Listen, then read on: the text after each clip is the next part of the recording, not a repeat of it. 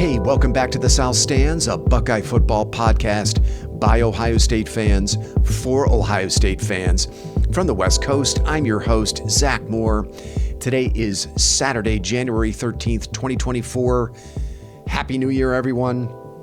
This also happens to be my birthday weekend, and so far, I could not have asked for a better birthday gift than what the coaching staff, Ohio State NIL, and the Buckeyes Star Juniors have delivered over the last 10 days. And I'm here with you today on our first pod of the new year to talk about those developments. A ton of interesting roster moves, a couple of interesting coaching changes for 2024, some very interesting developments for the Buckeyes. So let's jump right into it. Let's start with the return of what is an unprecedented number of draft-eligible upperclassmen. There are 11 of them total. The Buckeyes now have commitments from the following draft-eligible star players to return for the 2024 season. Quarterbacks Denzel Burke and Jordan Hancock. Safety Lathan Ransom. Now that means Ohio State will return 4 or 5 starters from last year's secondary. Defensive ends Jack Sawyer and JT Tuimoloau. Defensive tackles Tyleik Williams and Ty Hamilton. That means Ohio State will return its entire starting defensive line from last season. Linebacker Cody Simon. Left guard Donovan Jackson. That means Ohio State will return 4 or 5 starters from the offensive line.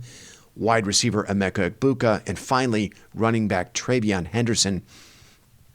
That is a staggering number of commitments from players who could have all easily opted for the NFL.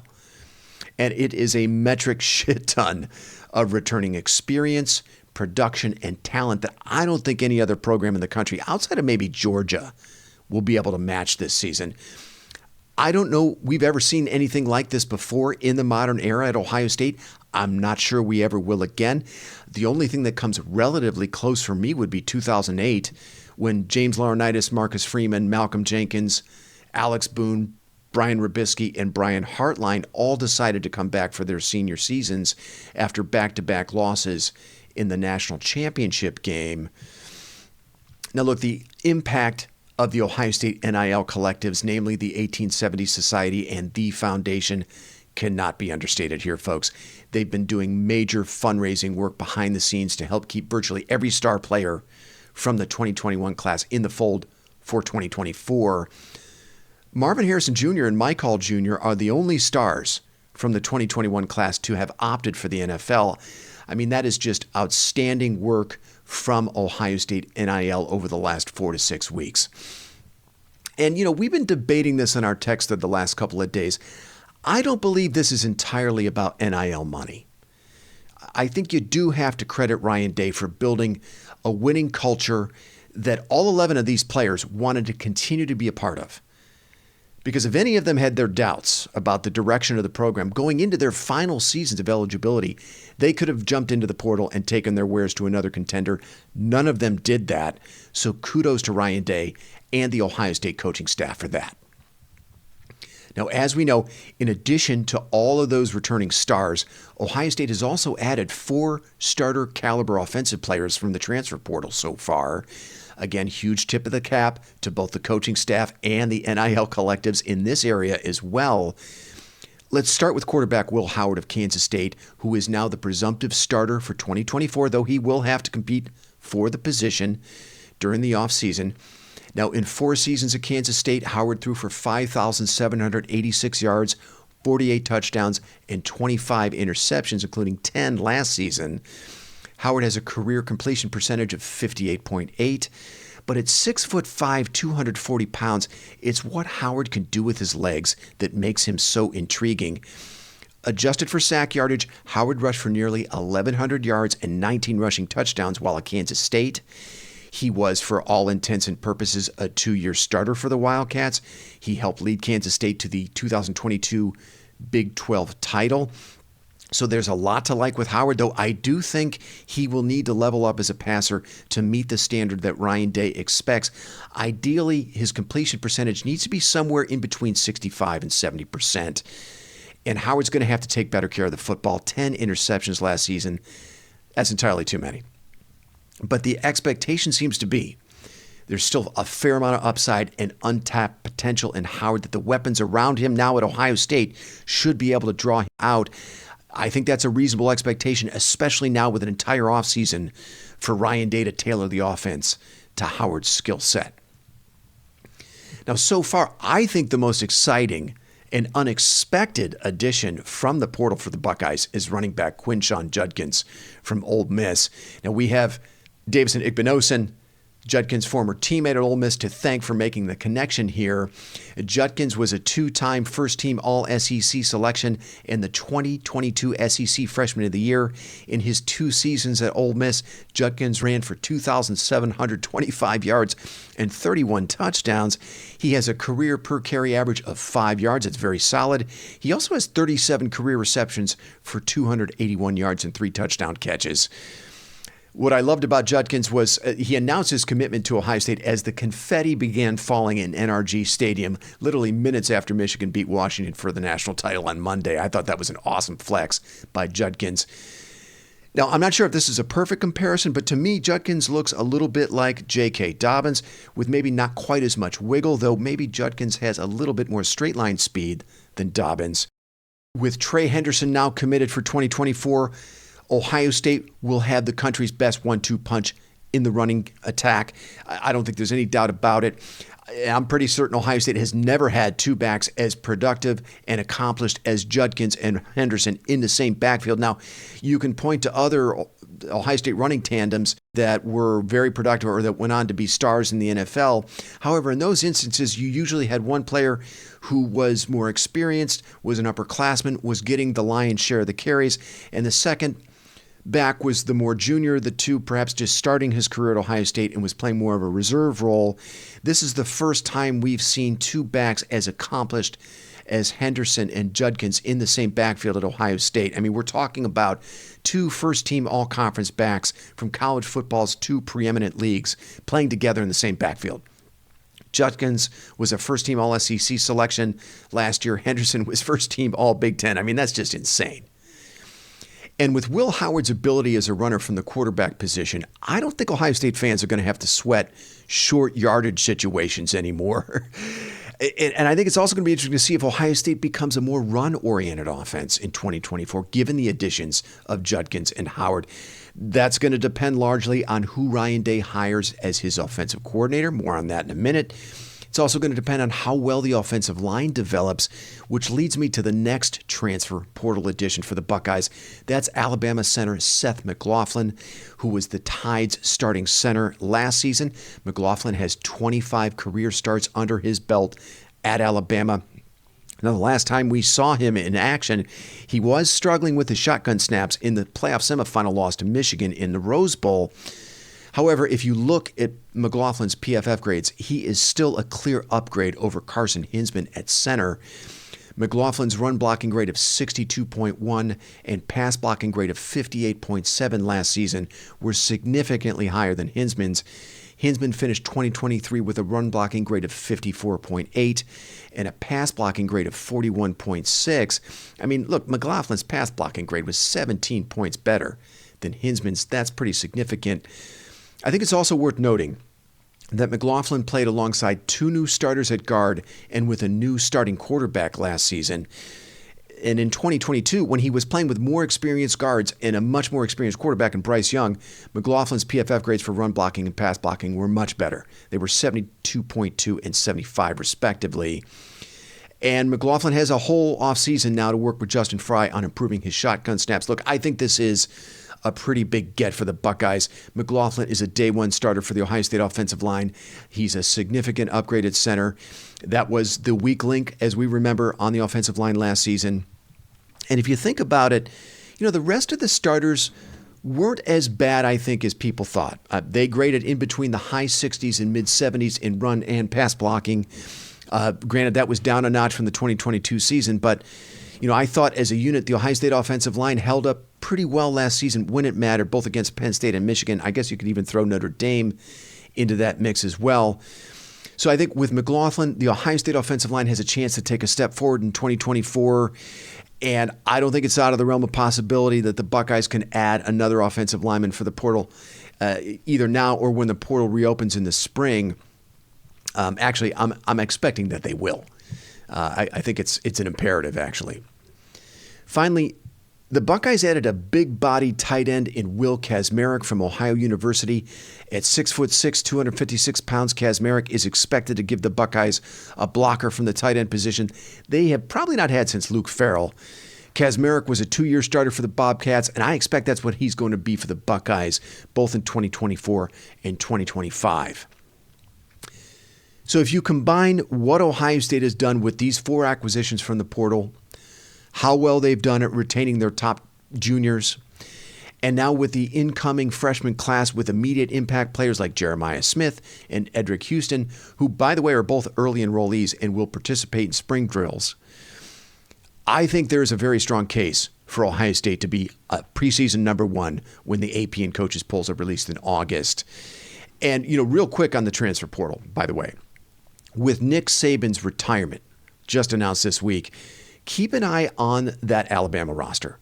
Those kids have a whole month now to transfer if they want, and there are several players on that roster who would be of great interest to Ohio State, starting with safety Caleb Downs, who the Buckeyes were very close to landing out of high school before he chose Alabama. And oh, by the way, in that massive college football news dump this past Wednesday, which included Nick Saban's sudden retirement, we also learned that Ohio State has a new safeties coach, Matt Guerrieri. Guerrieri has a 7-year history with defensive coordinator Jim Knowles, having worked with Knowles both at Duke for 6 seasons and at Ohio State for 1. Guerrieri was a senior analyst and advisor for the Buckeyes in 2022 before moving on to Indiana, where he was co-defensive coordinator for the Hoosiers in 2023. This may not be the sexiest hire, but I think it makes a lot of sense. Guerrieri has 8 years of experience coaching safeties at the FBS level. He knows Jim Knowles' scheme about as well as anybody. Now, we're going to see if Guerrieri can recruit. At the end of the day, it was recruiting or a lack thereof that ended Perry Eliano's 2-year stint in Columbus. If Alabama safety Caleb Downs ends up in the portal in the coming days, Guerrieri's recruiting prowess will be put to the test right away, so keep your eye on that situation. And at long last, the failed experiment of Parker Fleming as special teams coordinator has finally and mercifully come to an end. Fleming was fired on Wednesday, thankfully. Now, it remains to be seen what Ryan Day will do with that open spot on his coaching staff. He could offer it to James Laurinaitis, who is currently a graduate assistant.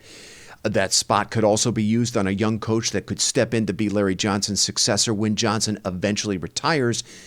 Jason Taylor, the NFL Hall of Fame defensive end who is currently defensive line coach at the University of Miami, is a guy Ohio State is rumored to be very interested in, so keep your eye on that situation. And Day still has a decision to make about quarterbacks coach Corey Dennis, whose contract has expired. Now, many believe Dennis could be on his way out of Columbus as well. I certainly believe that. It has also been widely reported, and I referenced this earlier, that Ryan Day is planning to hire a bona fide offensive coordinator.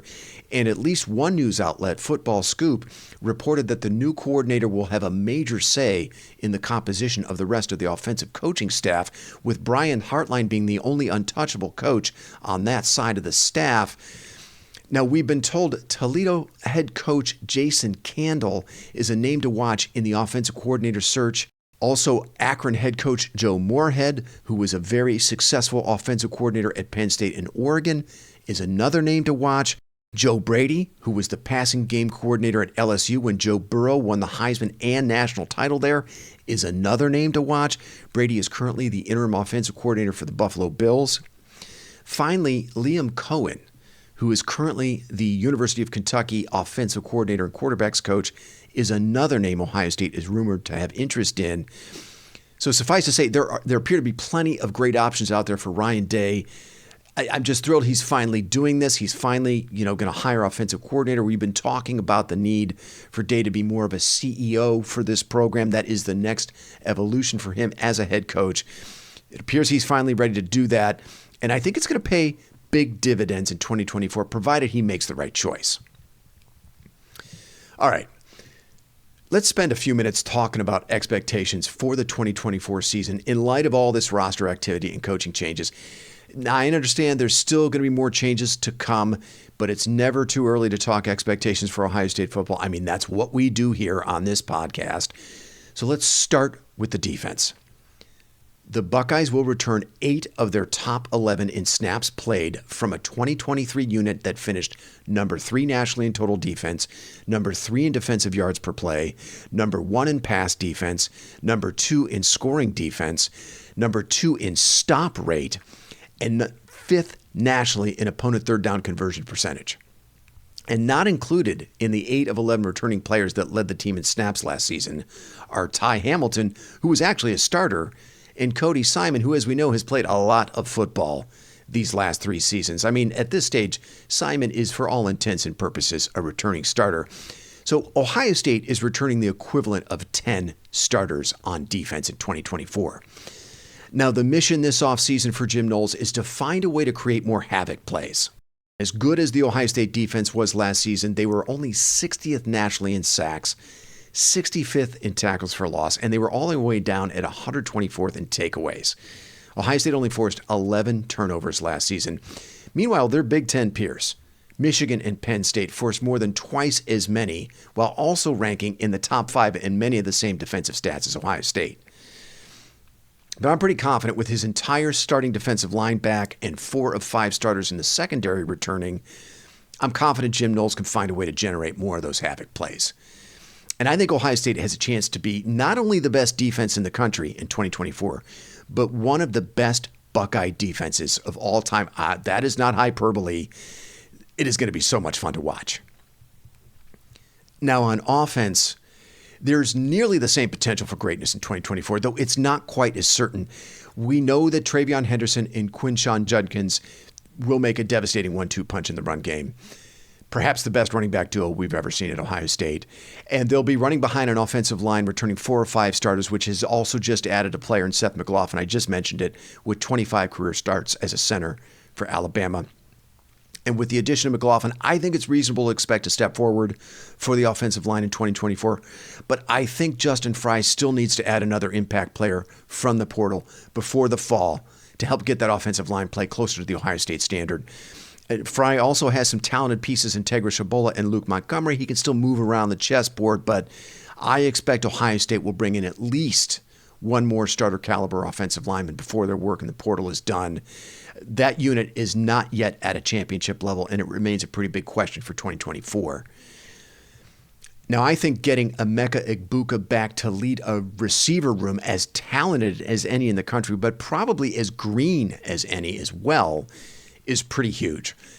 The consensus seems to be freshman phenom Jeremiah Smith will be a day one starter, with talented sophomores Carnell Tate and Brandon Inniss being major contributors as well. I mean, look, that room is dripping with talent and potential, but with the youth there, it's also reasonable to expect an adjustment period. You know, as Jeremiah Smith acclimates himself to the college game, as Tate and Inniss get comfortable in their new roles, as they adjust to a new quarterback. You know, I think Ohio State might have to lean on the run game early in the season while all of that acclimation is happening. And suffice to say, look, there is a ton riding on the arm and the legs of Will Howard. We know he has plenty of experience, and at 6'5", 240, we know he's got an NFL body. He has a conference championship under his belt. That was the 2022 Big 12 title. I've already mentioned it. But with a career 58.8 completion percentage and 25 interceptions, the big question for me about Howard is there enough arm talent for him to operate Ryan Day's vertical passing game? And if not, can Ryan Day and whoever his right hand will be at offensive coordinator, can they modify the offense to accentuate Howard's talents while still making the offense dangerous enough in the passing game for Ohio State to win a national title? Those are big questions for me. Now, I know Michigan just showed us you don't really need to be explosive in the passing game to win a national title, but I just don't think that's how Ryan Day wants to win. I mean, you have Emeka Egbuka, Jeremiah Smith, Carnell Tate, Brandon Inniss, Trey Henderson, Quinshon Judkins. That offense is built to be explosive. It's built to score a ton of points. I don't see Ryan Day changing his stripes at this stage of his career. So in my mind, the quarterback of the 2024 offense will have to be able to make many of the same throws downfield as C.J. Stroud and Justin Fields. And Howard will have to prove he can do that more efficiently than he did at Kansas State and with far fewer turnovers. So that, for me, along with the offensive line, those are big questions for this offense. I also think the coaching staff has to be very intentional about getting the next man up at quarterback ready to play. Should either of those guys, whoever they are, Devin Brown or Lincoln Kienhold's numbers should be called. They need to be ready if for some reason Howard isn't the answer. And I think there needs to be a real sense of urgency around the development of the quarterback room as a whole. They really need to accelerate the development of the players in that room. Okay, that's going to do it for now. I'm going to end things there. I'm going to plan to wrangle both Paige and Chad for another pod after Ohio State has announced its new offensive coordinator. There will almost assuredly be more roster moves to discuss by then as well. Until then, thanks so much for listening, and go Bucks.